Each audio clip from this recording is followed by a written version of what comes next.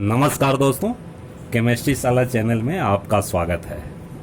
आज का मेरा यह video coordination compound part 7 and sub topic is crystal field theory. It is also called CFT। तो friends, आपको पता होना चाहिए कि क्रिस्टल फील्ड थ्योरी जो प्रपोज किया गया to explain the optical properties of crystalline solid, right? तो फर्स्ट पॉइंट हम लिखते हैं, crystal field theory is proposed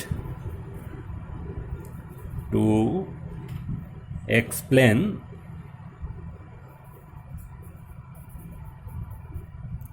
the optical properties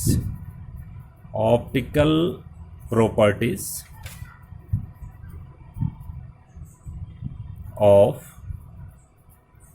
crystalline solid. Optical means a spatial arrangement of atom or molecules, right? देखो, according to valence bound theory, तो valence bound theory में हम क्या जानते थे? Valence bond theory, BOND bond theory, इसमें जो होता है, in case of complex compound, कि the bonding between metal ion and ligand is covalent, right? But according to CFT, हम लिखते हैं according to CFT,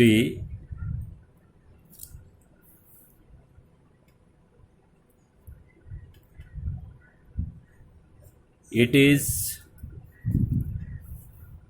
based on assumption, right? क्या क्या assumption है, ये हमें जानना है बच्चों। देखो, बहुत बड़ी चीज़ नहीं है, बहुत छोटी सी चीज़ है। इसमें मैं ऐसा बताता हूँ कि it considered that there is interaction between metal ion and ligand. It is considered as these are point charge. ये दोनों क्या हैं? पॉइंट चार्ज हैं भाई, राइट? अब मान लो कि if there is negative ligand, then according to CFT there is force of attraction. This is electrostatic force of attraction. Electrostatic force of attraction between metal ion and negative ligand.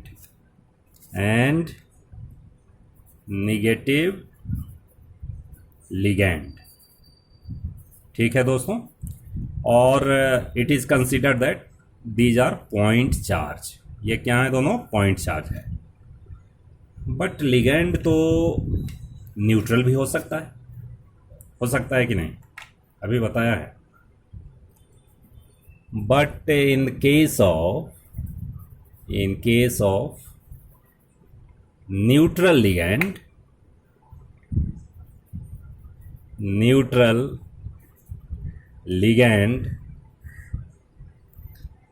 the interaction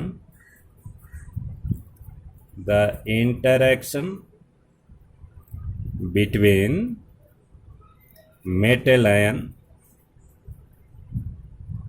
and ligand is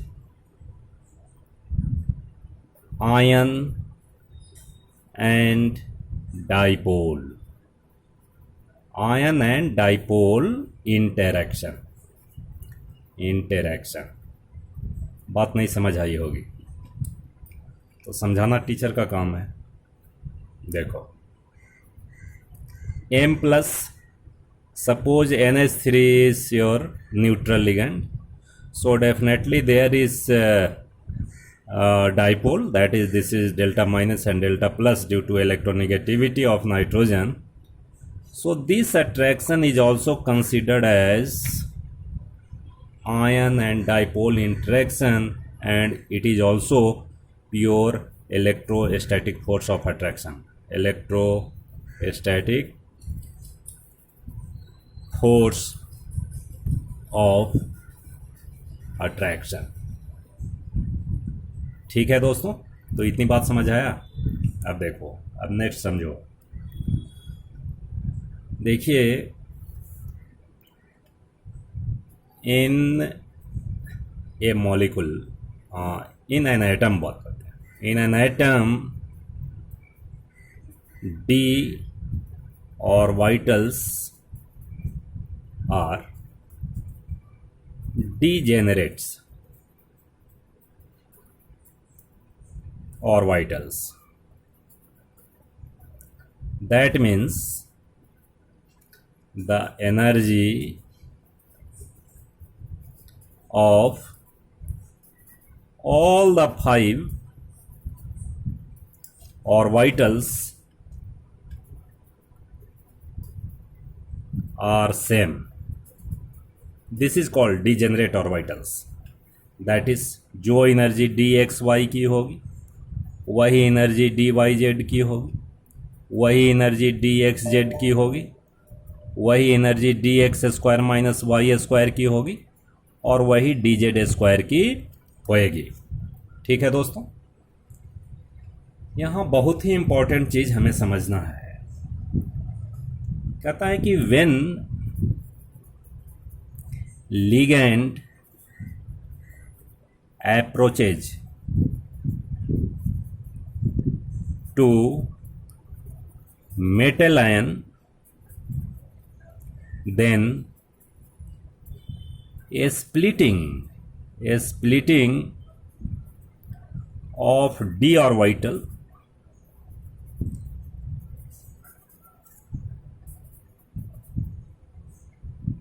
takes place in two energy levels under octahedral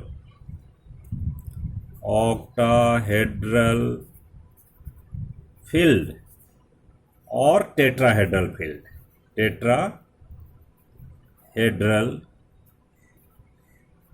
field. ठीक है दोस्तों, तो अब इसके बाद हमें देखना है कि ऑक्टाहेड्रल फील्ड में स्प्लिटिंग कैसे होता है और टेट्राहेड्रल फील्ड में स्प्लिटिंग डी ऑर्बिटल का कैसा होता है। ठीक है दोस्तों, नेक्स्ट इसमें बच्चों splitting of D orbital in octahedral field, तो सबसे पहले आपको शेप ऑफ डी ऑर्बिटल जानना होगा। ठीक है, मैं थोड़ा सा ब्रीफ करता हूँ।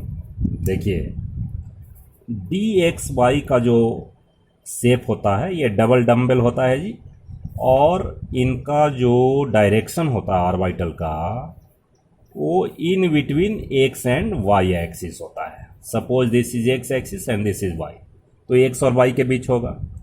वैसे ही डी वाई जेड का क्या होगा भाई, तो in between y and z, in between y and z. Suppose this is y and this is z axes. वैसे ही डी एक्स जेड का क्या होएगा, तो in between x and z axes, right. ये एक्स मान लीजिए और this is z. D x square minus y square का कहाँ होगा भाई, तो इसमें along x axis and y axis होता है। अगर मान लो ये एक्स है और ये वाई, तो कहाँ होगा? Along x axis and y axis. And d z square का कहाँ होगा भाई? कहाँ होगा डी जेड स्क्वायर का? तो एलोंग जेड एक्सिस होता है, along z axis, and there is a ring, ऐसा रिंग होता है, but direction of orbital along z axis. ठीक है। अब देखो ये तो ऑर्बिटल्स का हो गया, डी ऑर्बिटल का शेप ऐसा है। ठीक है। अब ऑक्टाहेड्रल फील्ड में स्प्लिट करना है, यानी अगर मान लो कि कोई लिगेंड शेप जो बनाता है ऑक्टाहेड्रल बनाता है, तो ऑक्टाहेड्रल बनाएगा, दैट मीन्स क्या होएगा भाई? ऑक्टाहेड्रल का शेप ऐसा ही तो होता है, ये मेटल आयन होगा बीच में और ये लिगेंड्स होंगे, तो ये ऑक्टाहेड्रल हो गया ना। ये x axis, y axis and z axis. अब इसमें अब लिगेंड अप्रोच कर रहा है भाई, these all are ligand, ligand ऐसा लिख देते हैं, ये एक्सिस मैंने लिखा, ये लिगेंड लिगेंड लिगेंड। देखो लिगेंड को मैं रेड से कर देता हूँ, ये ligand ligand, position of ligand ligand and ligand. कह रहा है when ligand approaches to metal ion, this metal ion, तो क्या सिचुएशन क्या बनेगा? सिचुएशन देखो क्या बनेगा। सिचुएशन ये बनेगा कि डी एक्स वाई ऑर्बिटल किसके किसके बीच आएंगे भाई? इसको रेड से दिखाता हूं मैं। देखो ये ऑर्बिटल का डायरेक्शन होगा एक्स और वाई के बीच। तो आप देखिए, तो ये जो ऑर्बिटल इलेक्ट्रॉन होगा और ये बाउंडेड इलेक्ट्रॉन होगा, ये दोनों के बीच रिपल्सन होगा, थोड़ा कम होगा। ठीक है। वाई और जेड का भी इन बिटवीन एक्सिस डायरेक्शन होगा, लेकिन d x square minus y square का डायरेक्शन क्या है भाई? Along, along x axis and y axis एम। यहां ध्यान से देखना, ठीक है, चुकना नहीं है। Along x axis and y axis, ये इसकी बात मैं कर रहा हूं, d x square minus y square, तो उसका एक्सिस के एलोंग होगा, इसी के एलोंग होगा। मीन्स ये ऑर्बिटल का इलेक्ट्रॉन और ये बॉन्डेड इलेक्ट्रॉन, इसमें रिपल्सन ज़्यादा होएगा जी, चूंकि इसका डायरेक्शन क्या है? एलोंग द एक्सिस, तो इंटर इलेक्ट्रॉनिक रिपल्सन इसमें ज़्यादा होगा। और डीजेड वाले में भी क्या होएगा कि डीजेड का भी डायरेक्शन एलोंग जेड एक्सिस है, तो orbital electron and bonded electron में रिपल्सन ज़्यादा होएगा। जिसमें रिपल्सन ज़्यादा होगा उसकी एनर्जी ज़्यादा होती है। If more repulsion is there then energy is more, because stability decreases. ये बात समझ आ रही है? मैं ये बता रहा हूँ कि d x y, d y z, d x z के जितने भी डायरेक्शन ऑफ ऑर्बिटल हैं, इन बिटवीन एक्सेस हैं भाई। तो इन बिटवीन एक्सेस हैं तो there is less repulsion between orbital electron and bonded electron, right. लेकिन d x square minus y square and d z square का डायरेक्शन क्या है? एलोंग द एक्सिस, तो एलोंग द एक्सिस होगा, तो इसमें orbital electron and bonded electron के बीच रिपल्सन ज़्यादा होगा। रिपल्सन ज़्यादा मीन्स एनर्जी ज़्यादा, because stability decreases, right. So एक बात मैं लिखता हूँ, इसको ध्यान से देखना है।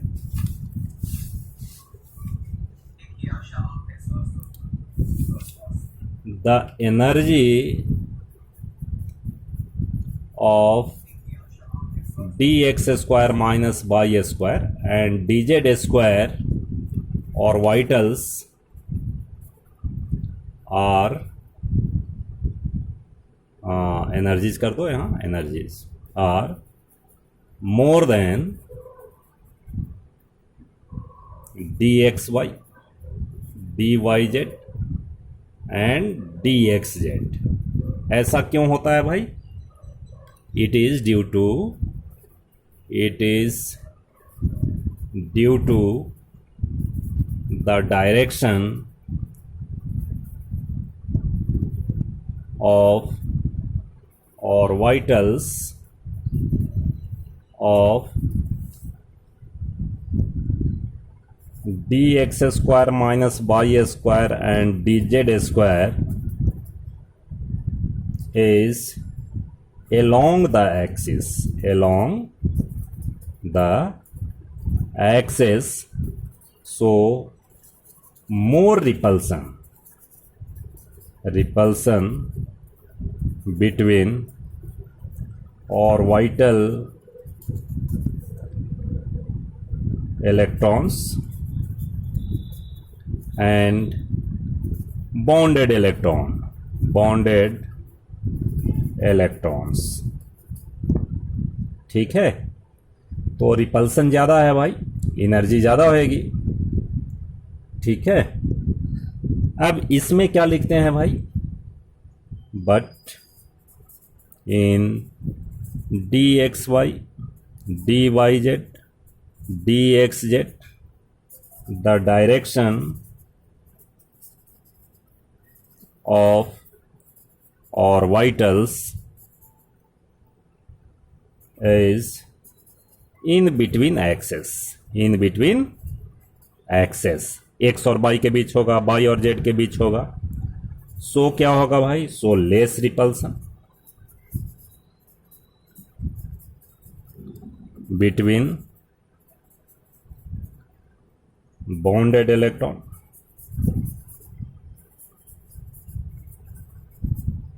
and orbitals electrons। ठीक है, बात समझ आ रही होगी। तो as a result definitely there is a splitting of d orbitals takes place.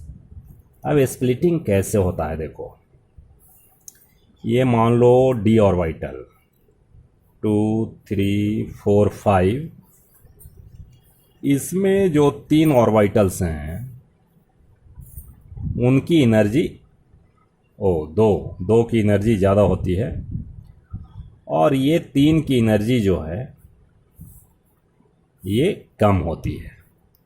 ठीक है दोस्तों, अब देखो यहाँ मैं लिखता हूँ, यह d x y d y z d x z d x square minus y square and d z square.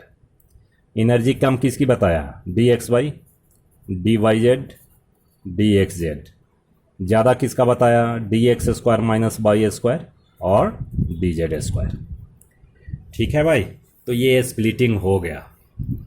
ठीक है बच्चों, अब जो लोअर एनर्जी है इसको हम लोग बोलते हैं T2G, जैसा कि मैंने डी ब्लॉक एलिमेंट में भी बताया है, और ये एनर्जी को EG बोलते हैं। तो EG लेवल में एनर्जी ज़्यादा होती है और T2G में एनर्जी कम होती है। कब, जब स्प्लिटिंग ऑक्टाहेड्रल फील्ड में होता है। ठीक है बच्चों, अब देखो, अब इसमें जो कम्प्लेक्स का कलर्ड होता है, it is also explained on the basis of D transition, कि T2G से इलेक्ट्रॉन EG में जाते हैं। अगर वैकेंट ऑर्बिटल्स हैं तो इसमें स्प्लिटिंग होता है। ठीक है बच्चों, तो इतनी बात समझना है। अब एक चीज़ और समझना है, देखो शायद मैं समझा दूं इतना जल्दी में। अगर मान लो कि कोई कम्प्लेक्स है जिसमें डी सबसेल में 1 2 3 इलेक्ट्रॉन हैं, समझो ठीक से, टाइम कम है, तो 3 इलेक्ट्रॉन पहले इसमें जाएगा कि नहीं, इसमें जाएगा। लेकिन अगर मान लो 4th इलेक्ट्रॉन है, तो 4th इलेक्ट्रॉन कहाँ जाएगा भाई, तो 4th इलेक्ट्रॉन या तो यहाँ पेयरिंग होगा और नहीं तो d x square minus y square में जाएगा। तो ये जो एनर्जी गैप है, इस एनर्जी गैप को हम लोग स्प्लिटिंग एनर्जी बोलते हैं जी, और डेल्टा ओ मीन्स ऑक्टाहेड्रल। ये जो स्प्लिटिंग एनर्जी है, और यहाँ अगर पेयर होता है तो 2 तरह का एनर्जी काम कर रहा है। इलेक्ट्रॉन यहाँ आएगा कि यहाँ आएगा, ये किस बात पे डिपेंड करता है? तो कहता है कि पेयरिंग एनर्जी अगर ज़्यादा होगा, कि इफ़ पेयरिंग एनर्जी को पी से लिखते हैं, पेयरिंग एनर्जी, ये पी से लिखते हैं, है ना। P is greater than splitting energy, pairing energy ज़्यादा है स्प्लिटिंग से, तो फोर्थ इलेक्ट्रॉन कहाँ जाएगा भाई? तो fourth FOUR, fourth electron will go in dx² minus y², orbital में जाएगा। ठीक है। अगर मान लीजिए कि if pairing energy is less than splitting energy, then fourth electron कहाँ होगा भाई? Fourth electron gets paired. ठीक है, वो पेयर हो जाएगा। ये दो बातें हैं। अब बताओ कि ये स्प्लिटिंग एनर्जी किस पे डिपेंड करेगा? तो ये स्प्लिटिंग एनर्जी ज़्यादा कब होगा? तो कहता है कि स्ट्रॉन्ग फील्ड लिगैंड के केस में, in case of strong field ligands, splitting energy is more, splitting energy is more. अब strong field weak field ligand है, ये अगले वीडियो में मैं बता रहा हूँ। ठीक है भाई, तो बहुत बहुत धन्यवाद।